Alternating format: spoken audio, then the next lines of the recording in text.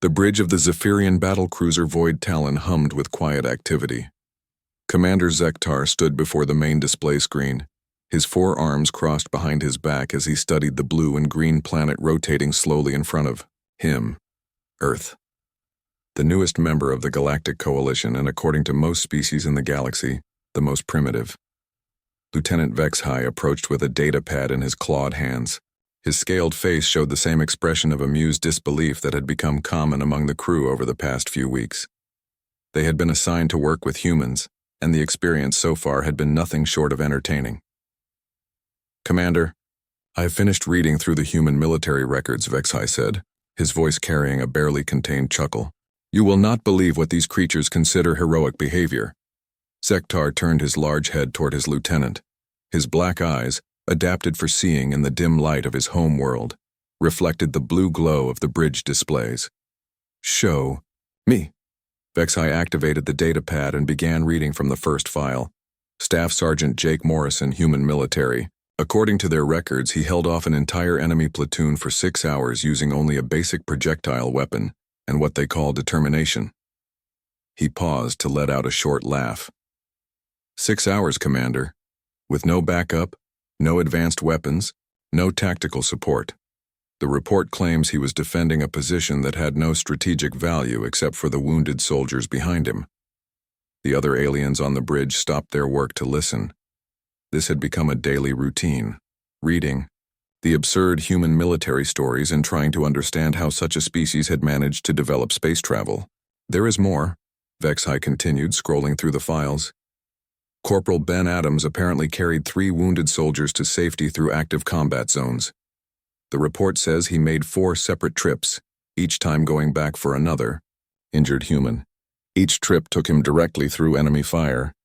Commander Zektar made a sound that was the Zephyrian equivalent of scoffing. "Tactically impossible. No rational being would risk certain death for soldiers who were already compromised. The logical action would be to retreat and preserve the remaining force." "That is exactly what I thought, sir," Vexhai agreed. "But it gets worse. Lieutenant Amy Foster led a rescue mission with only 12 soldiers against a force of over 200 enemies. According to the report, she succeeded with minimal casualties." The bridge crew erupted in laughter. Even the usually serious navigation officer allowed himself a chuckle. These human stories seemed more like children's fantasies than actual military records. In the corner of the bridge, Captain Lisa Carter sat quietly at a small console. She had been assigned as the human liaison officer for this mission, and for 3 weeks she had listened to this daily mockery of her species' military history. Her jaw was tight, but she said nothing. Orders were orders, and she had been told to cooperate fully with the Zephyrian forces. Zektar noticed her silence and decided to include her in the conversation. "Captain Carter, perhaps you can explain these impossible stories to us. How does your species expect us to believe such obvious fabrications?" Lisa looked up from her console. Her brown eyes met the commander's black ones without flinching. "They are not fabrications, sir. They are documented events with multiple witnesses and official military verification." The bridge fell silent for a moment before the laughter started, again louder this time. "Captain," Zektar said, his voice taking on a patronizing tone, "I understand that humans value what you call courage, but these stories defy all logic. Your Sergeant Morrison, for example. No soldier can maintain combat effectiveness for 6 hours against superior numbers without technological support. It is physically and mentally impossible." "With respect, Commander," Lisa replied, "you are judging human capabilities by Zephyrian standards. Humans have different physical and psychological parameters." Lieutenant Vexhai shook his head. "Captain, we have studied human biology extensively. Your species is smaller, weaker, and has inferior sensory capabilities compared to most galactic races. These stories suggest performance levels that exceed even our own elite forces." Lisa wanted to argue, to defend the honor of soldiers like Jake Morrison and Ben Adams, but she knew it would be pointless. The aliens had made up their minds about human capabilities based on physical measurements and logical assumptions. They could not understand what drove humans to fight beyond the point where logic said they should quit. Commander Zektar moved to the tactical display and called up a star map. This discussion is academic anyway. Tomorrow we begin joint training. Exercises with human marines on Kepler 442b. We will have the opportunity to observe these legendary human capabilities firsthand. He turned to address the entire bridge crew. I expect this exercise to demonstrate the superiority of Zephyrian military doctrine, logical tactics, superior technology, and coordinated teamwork will prove more effective than whatever primitive strategies the humans employ. The crew responded with enthusiastic agreement. They had all heard the stories of human recklessness disguised as heroism. Tomorrow they would show these newcomers how real soldiers operated. Vexhai pulled up the exercise parameters on his screen. The scenario involves a complex rescue operation in mountainous terrain.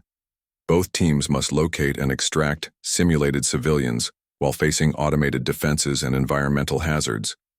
Our superior sensors and energy weapons should allow us to complete the mission in half the time it takes the humans. Zektar nodded approvingly. Make sure all squad leaders understand that this is more than just a training exercise. This is an opportunity to establish the proper hierarchy within the coalition forces.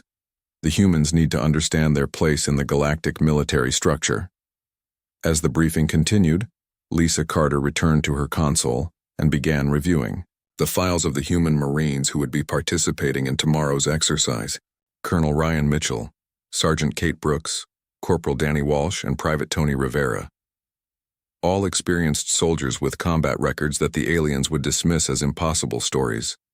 She thought about Staff Sergeant Jake Morrison, who had held that position not because it was strategically important, but because his wounded comrades were counting on him.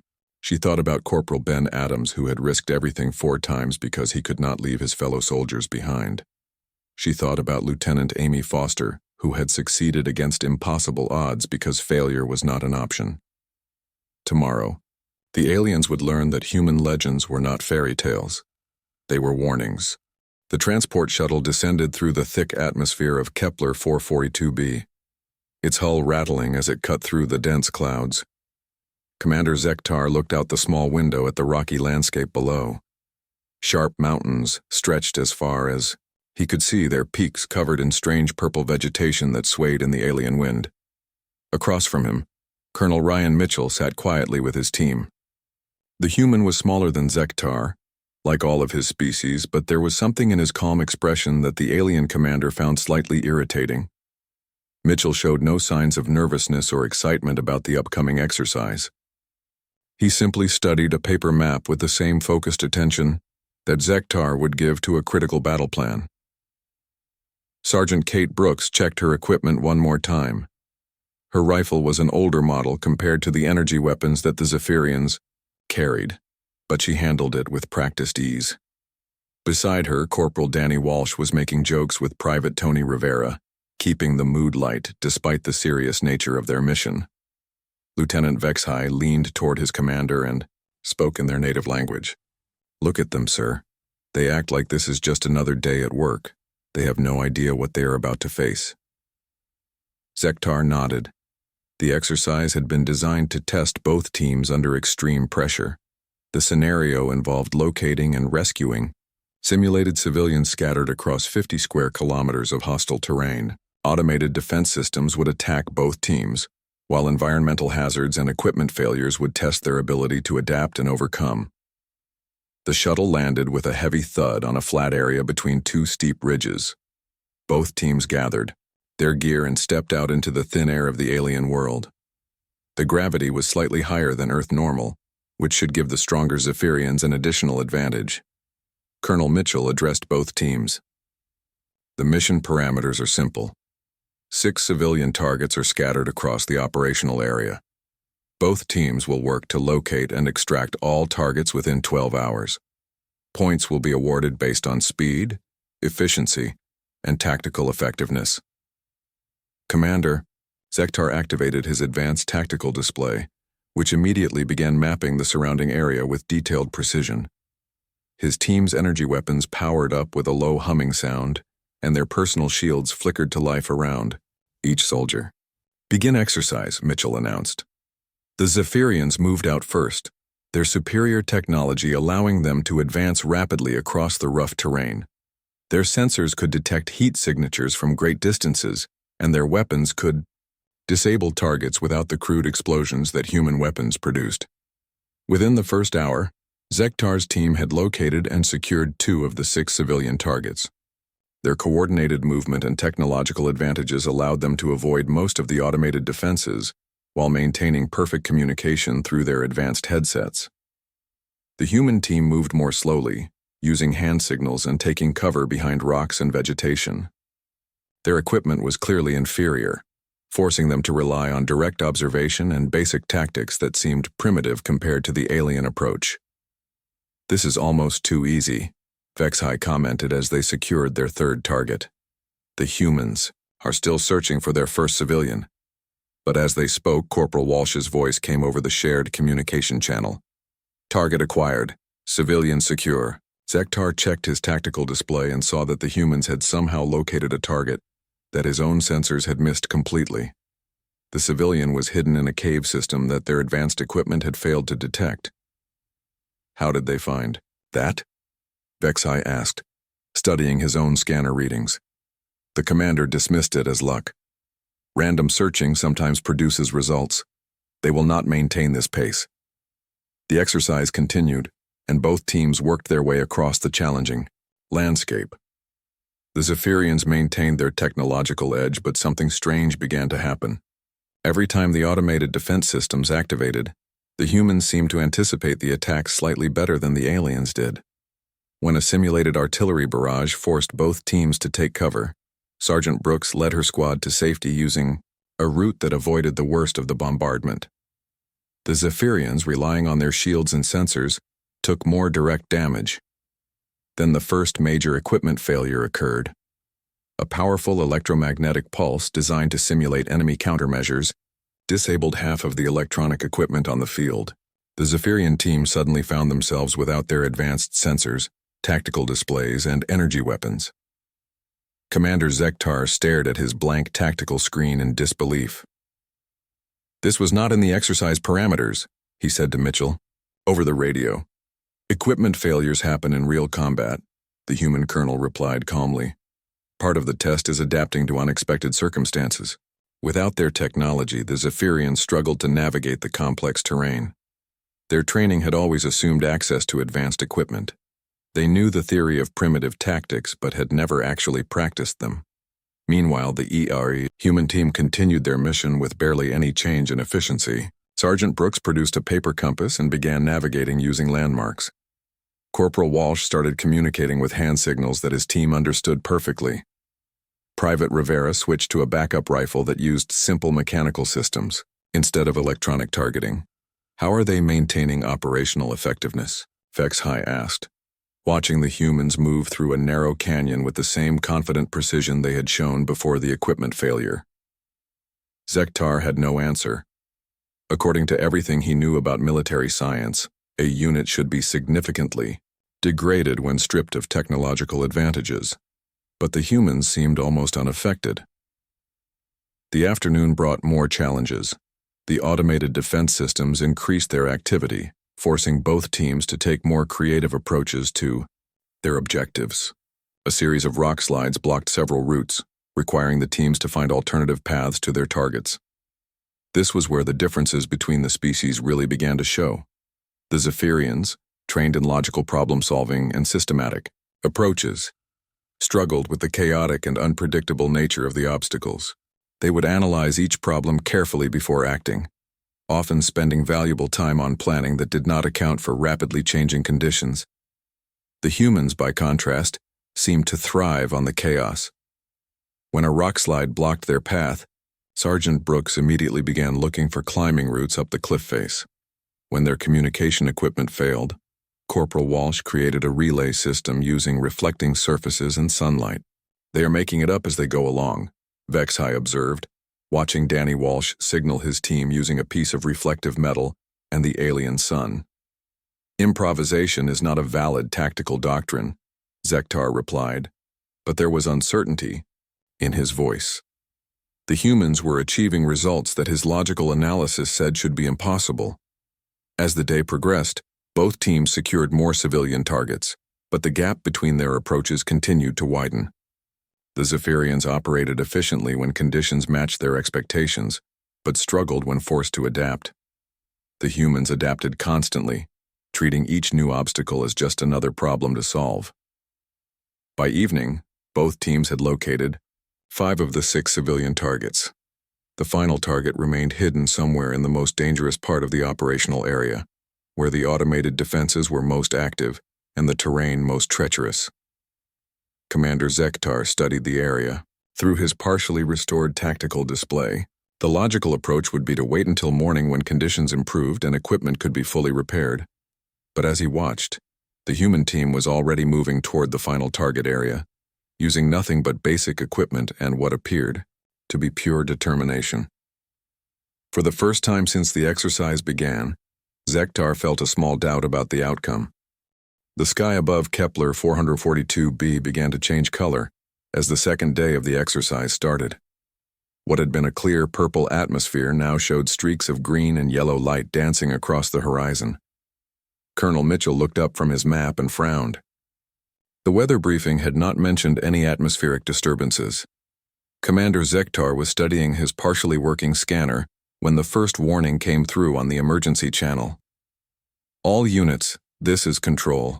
We are detecting a massive electromagnetic storm approaching your position. Estimated arrival in 30 minutes.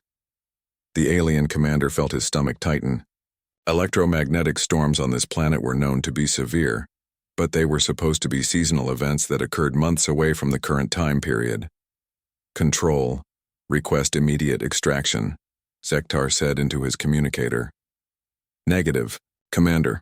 The storm is moving too fast. All aircraft are grounded until it passes. You will need to find shelter and wait it out. Lieutenant Vexhai looked at the dancing lights in the sky with growing concern. Sir, if this storm is as powerful as the readings suggest, it will destroy what little electronic equipment we have left. Across the rocky landscape, the human team was also watching the approaching storm. But instead of requesting extraction, Colonel Mitchell was already issuing orders to his soldiers. Brooks, find us a cave or overhang big enough for both teams. Walsh, gather all the electronic equipment and wrap it in emergency blankets. Rivera, start collecting water from those pools we passed earlier. Sergeant Brooks was already moving toward a cluster of large rocks that might provide shelter. There's a cave system about half a kilometer north, should be deep enough to protect us from the worst of it. Commander Zektar watched the humans preparing for the storm with efficient movements. They seemed to know exactly what to do, as if they had faced similar situations before. His own team was standing around waiting for orders, their advanced training having never covered survival in primitive conditions. The storm hit faster than anyone expected. One moment the sky was showing gentle-colored lights, and the next moment the air was filled with crackling energy and howling wind. The electromagnetic pulse that came with the storm destroyed every piece of electronic equipment that was not properly shielded. Both teams made it to the cave system just as the worst of the storm arrived outside. The cavern was large enough to hold all 12 soldiers, but it was cold and damp. The sound of the storm echoed off the walls like the roar of some massive creature. How long do these storms usually last? Vexhai asked, his voice barely audible over the noise. According to the planetary data, anywhere from 6 hours to 3 days, Colonel Mitchell replied calmly. He was setting up what appeared to be a small camp inside the cave, using supplies that his team had gathered during their brief preparation time. 3 days. Commander Zektar felt a chill that had nothing to do with the cold cave air. His team had supplies for the planned 12-hour exercise, not for an extended survival situation. The situation became much worse when the storm triggered a series of rock slides outside the cave. The sound of falling stones mixed with the howling wind, and dust began to fill the air.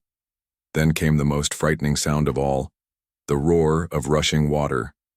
Flash flood, Sergeant Brooks said, moving toward the cave entrance. The storm is washing debris down from the mountains. If the water level rises too high, we could be trapped in here.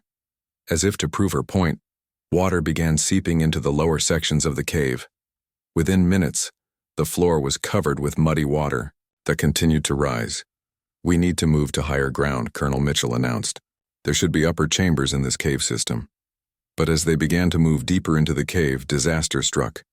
Lieutenant Vexhai, trying to navigate the slippery rocks in the darkness, fell and landed hard on his left leg. The sound of breaking bone echoed through the chamber.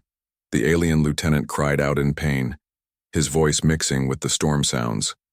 Commander Zektar knelt beside his injured officer and tried to activate his medical scanner. Nothing happened.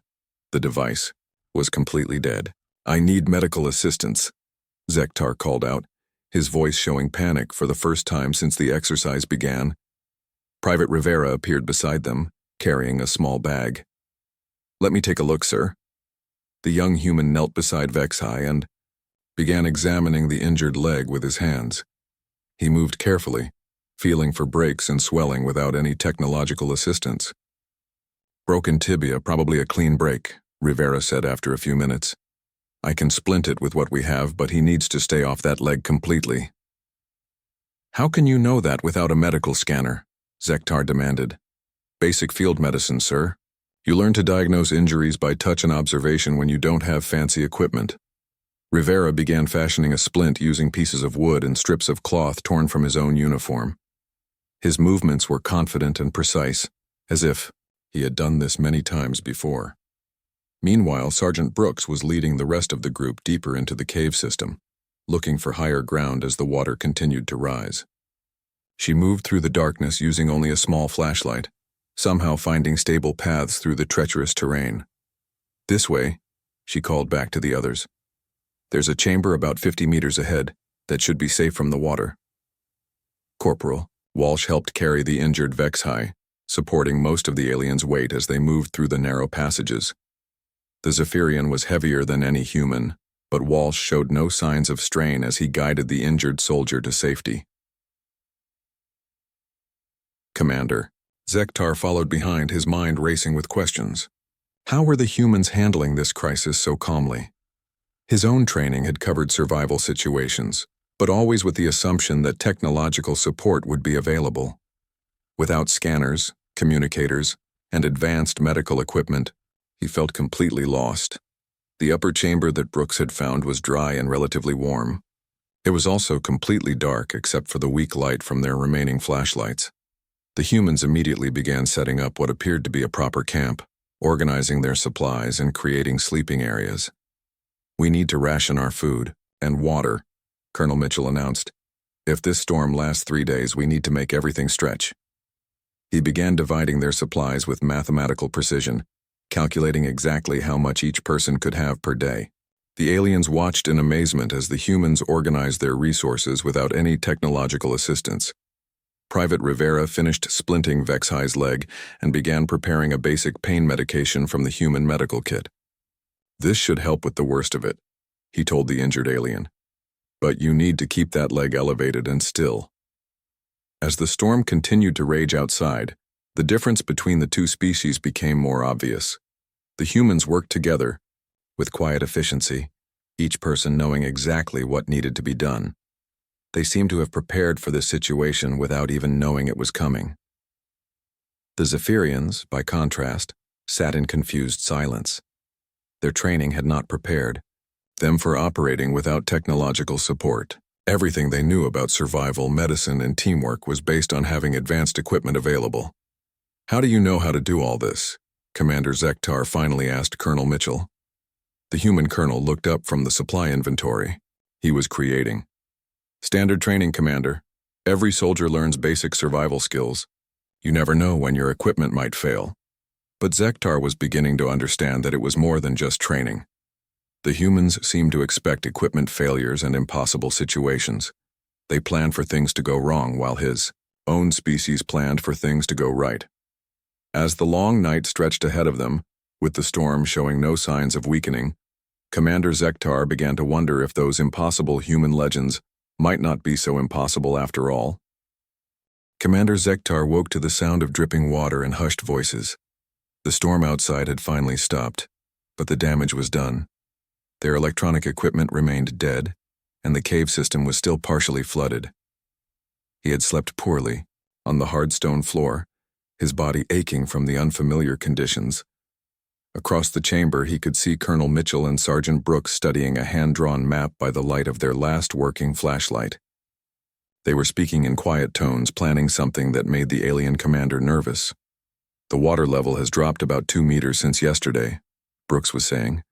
"If we can reach the main passage, we might be able to get to higher ground and signal for rescue."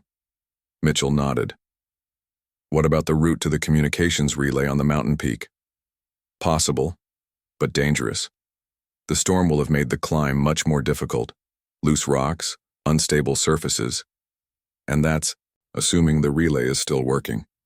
Zektar approached them, his movements stiff from sleeping on stone. "What are you planning, Colonel?" Mitchell looked up from the map. "We need to reach the emergency communications relay on Mount Kappa. It's our only chance to call for rescue before our supplies run out." The alien commander studied the crude map that Brooks had drawn. The mountain peak was 15 kilometers away through terrain that had been difficult even before the storm. Now, with loose rocks and unstable ground, it would be nearly impossible to reach. "The logical course of action is to wait here," Zektar said. "Search and rescue teams will eventually find us. Moving through unstable terrain increases the risk of additional injuries." Brooks pointed to a section of the map. "Sir, with respect, the rescue teams don't know exactly where we are. This cave system extends for dozens of kilometers underground. They could search for weeks without finding us." Lieutenant Vexhai, still lying on his makeshift bed with his splinted leg, spoke up weakly. "Commander, the medical supplies are running low. If my leg becomes infected, I will need proper treatment soon." Zektar felt the weight of command pressing down on him. In all his years of military service, he had never faced a situation like this. Every crisis he had encountered before had been solved with superior technology and logical analysis. Now, he was trapped in a cave with limited supplies, an injured officer, and no way to contact the outside world. "The climb to the relay is too dangerous," he decided. "We will wait for rescue." But Sergeant Brooks was already gathering her equipment. "Colonel, permission to attempt the climb?" Mitchell studied her for a long moment. "Kate, you know the risks. The route will be completely unstable after the storm. One wrong step and you could fall hundreds of meters." "Yes, sir. But Lieutenant Vexhai needs medical attention, and our food will run out in 2 days. Someone has to try." Zektar stepped forward. "Sergeant, I order you to remain here. The mission is tactically unsound. The probability of success is less than 20%. Brooks looked at him with calm eyes. "Commander, sometimes 20% is all you get. Sometimes you have to take the risk because it's the only chance you have." The alien commander felt something crack inside his chest. This was exactly the kind of reckless thinking that he had been mocking for weeks. The human military records were full of soldiers who had taken impossible risks for minimal chances of success. "You cannot order my soldiers," Colonel Mitchell said quietly. "Brooks, the decision is yours." The sergeant was already checking her climbing gear. "I'm going, sir. Danny can support from the base of the mountain with the radio. If I can reach the relay, we can call for immediate medical evacuation." Corporal Walsh nodded. "I'll be your backup, Kate. If something goes wrong, I can try a different route." Zektar watched in disbelief as the humans prepared for what he considered a suicide mission. "This is madness. You are risking your life for a minimal chance of success." "Commander," Brooks said as she secured her rope, "that's what soldiers do. We take the risks that others won't take because someone has to try." As she prepared to leave, Private Rivera approached with the last of their medical supplies. "Take these," he said, handing her a small package. "If you get hurt up there, you'll need them. Tony, we need those supplies here for the lieutenant. He's stable for now. You're the one taking the big risk." Zektar watched this exchange with growing confusion. The humans were giving their limited medical supplies to the person who was leaving them behind. By all logical analysis, they should be conserving resources for the group's survival. Brooks left the cave as the sun was rising, disappearing into the rocky landscape outside. Through the cave entrance, Zektar could see the damage that the storm had caused. Massive boulders had been moved like toys, and entire sections of the mountainside had collapsed.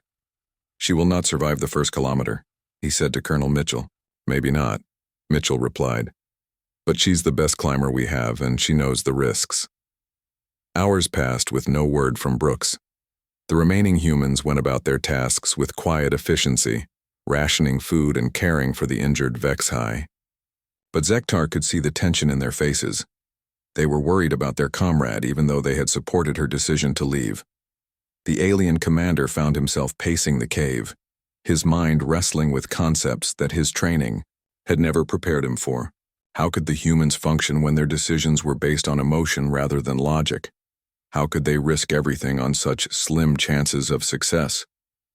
Late in the afternoon, Corporal Walsh's radio crackled to life.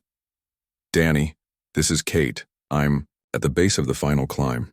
The storm damage is worse than we thought." "Copy, Kate. What's your status?" "The normal route is completely blocked. I'm going to have to free climb the final section. No safety rope." Zektar grabbed the radio from Walsh. "Sergeant Brooks, I order you to return immediately. The risk is unacceptable." There was a long pause before Brooks responded. "Commander, I appreciate your concern, but I'm not coming back empty-handed. HFY is counting on me, and so are the rest of you. The lieutenant's condition is stable. Your life is worth more than a radio call." "Sir, with respect, that's not how we see it. Down here, we don't leave people behind, and we don't give up when things get tough." The radio went silent. For the next 3 hours, they heard nothing from Brooks. The humans continued their work, but Zektar could see the strain on their faces. They were maintaining their composure, but he could tell they were deeply worried. Darkness began to fall. Private Rivera was changing the bandages on HFY's leg when the lieutenant grabbed his arm. "Human," he said weakly. "Why did your sergeant risk her life for me? I am not even your species." Rivera looked down at the injured alien. "Because that's what soldiers do, sir. We take care of each other. But I have mocked your people. I have called your legends impossible stories." "Doesn't matter," Rivera said simply. "You're hurt and we can help. That's all that counts." Zektar listened to this conversation with growing amazement. The humans were risking everything for an alien who had spent weeks insulting their military traditions. There was no logical reason for such behavior, yet they seemed to consider it the most natural thing in the world. Just before midnight, the radio crackled again. "Base, this is Kate. I made it to the relay, calling for immediate medical evacuation." The cave erupted in quiet celebration. Even Zektar felt a surge of relief that surprised him. The impossible had happened again. The human had succeeded where logic said she should have failed. "Evacuation helicopter will be here in 2 hours," Brooks reported. Medical team standing by for Lieutenant HFY. As they prepared for rescue, Commander Zektar found himself looking at the humans with new eyes. For weeks, he had dismissed their military legends as primitive fairy tales. Now he had witnessed firsthand the kind of determination and sacrifice that made those legends possible. Sergeant Brooks had climbed an unstable mountain in darkness, risking her life for minimal chances of success. She had done it not because it was logical, but because it was necessary. Because someone had to try, and she was willing to be that someone. For the first time in his military career, Zektar began to understand that logic was not always the most powerful force in the universe. The medical evacuation helicopter touched down on the rocky plateau just as the sun was rising over Kepler 442b. Commander Zektar watched from the cave entrance as the rescue team rushed toward them with advanced medical equipment and emergency supplies. After 3 days in the dark cave, the sight of the aircraft seemed almost magical. Lieutenant HFY was loaded onto a medical stretcher and carried to the helicopter. The human medics worked alongside Zephyrian doctors, but Zektar noticed something that surprised him. The alien medical team kept asking Private Rivera for details about the treatment he had provided during the emergency. "The splint work was excellent," the Zephyrian doctor told Rivera. "You prevented additional damage that could have been permanent. How did you learn such precise techniques?" Rivera looked uncomfortable with the praise. "Just basic field medicine. Sir, every human soldier learns it." The doctor examined the splint more closely. "This is not basic work. This shows advanced understanding of bone structure and healing processes. Our own field medics would struggle to achieve this quality without diagnostic equipment. As they prepared to leave the cave system, Sergeant Brooks finally returned from her climb down the mountain. She was exhausted and had several cuts and bruises from the dangerous descent, but she was alive. The sight of her walking toward them brought smiles to the faces of every human in the group. Colonel Mitchell clasped her shoulder as she approached. "Outstanding work, Kate. You saved all of us." Brooks shook her head. "Just doing my job, sir." But Zektar was beginning to understand that it was more than just a job. He had spent his entire military career following procedures and protocols. Every decision was based on careful analysis and logical outcomes.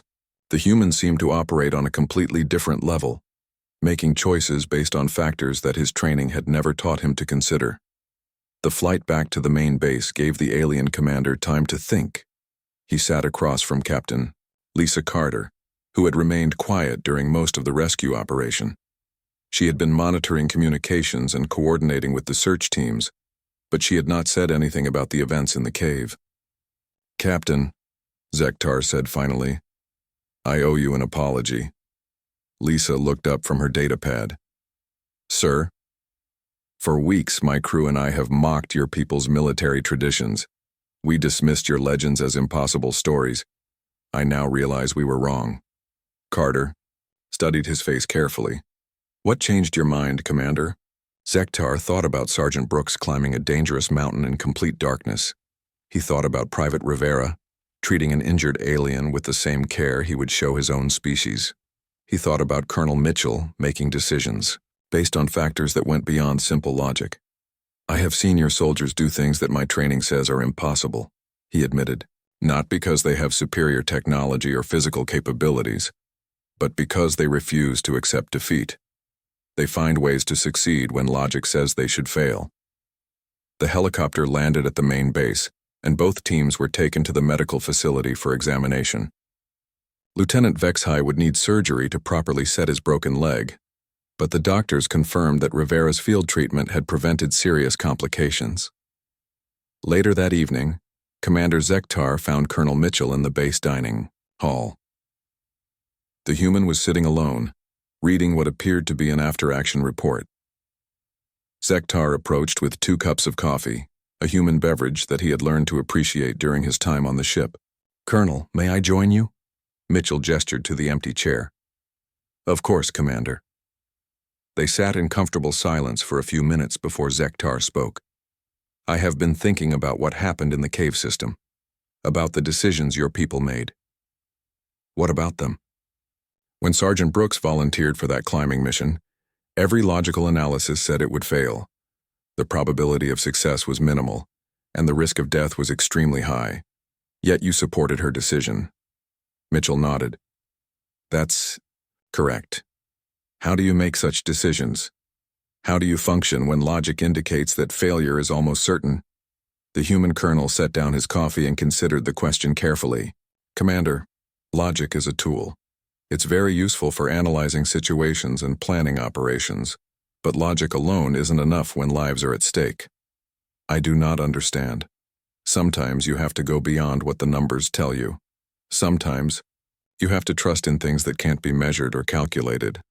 Courage, determination, the refusal to give up on your fellow soldiers. These things don't show up in tactical analyses, but they can change the outcome of impossible situations."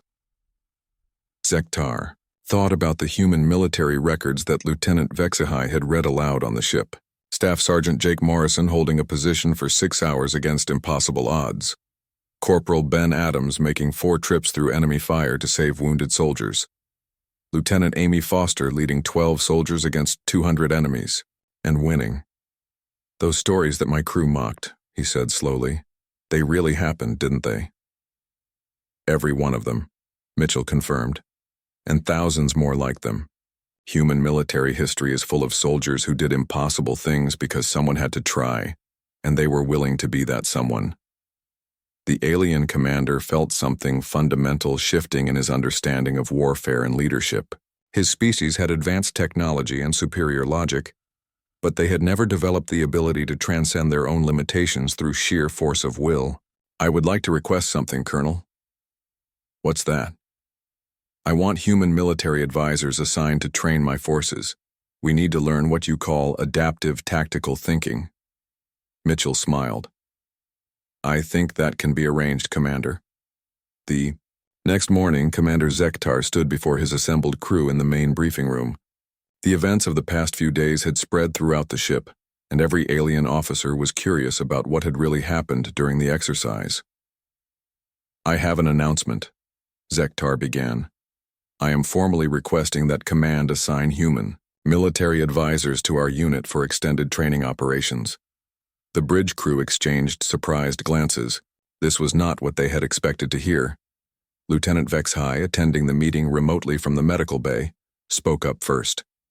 "Commander, what about our technological superiority, our advanced tactical systems?" "Our technology is indeed superior," Zektar replied.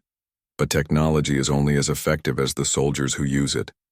The humans have shown us capabilities that we lack. They can succeed in situations where our logical approaches fail." He activated the main display screen and called up the human military records that they had been mocking just a week ago. "These are not fairy tales or primitive myths. These are tactical case studies that we need to understand and learn from."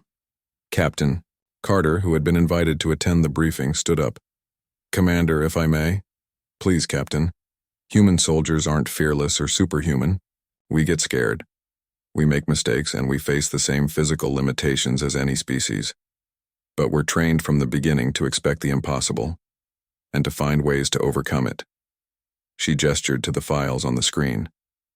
"Every one of these stories represents a soldier who was faced with a choice.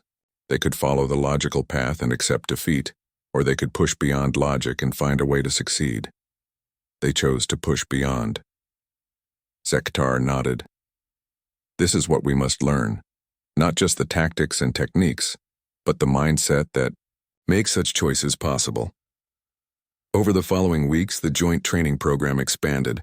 Human instructors arrived to work with Zephyrian forces, teaching them not just primitive survival skills, but the psychological approaches that made humans effective in crisis situations. Private Rivera was promoted to instructor and began teaching alien medics how to work without advanced diagnostic equipment. Sergeant Brooks led climbing and navigation courses that emphasized improvisation and adaptation. Colonel Mitchell worked directly with Zephyrian officers, helping them understand decision-making under extreme uncertainty. Commander Zektar kept a personal journal throughout the training program. His final entry read, "Assessment complete. Human military capabilities require complete reclassification. Previous evaluation was based on technological and physical measurements only, failed to account for psychological warfare capabilities and adaptive tactical thinking. Humans demonstrate ability to exceed normal operational parameters through application of determination and refusal to accept logical defeat. Recommend immediate integration of human tactical doctrine into Zephyrian military training." These beings do not simply tell legends of impossible victories, they create them. The transformation was complete. The aliens who had once mocked human stories now studied them as advanced tactical manuals, finally understanding that sometimes the most powerful weapon in the universe is the simple refusal to give up.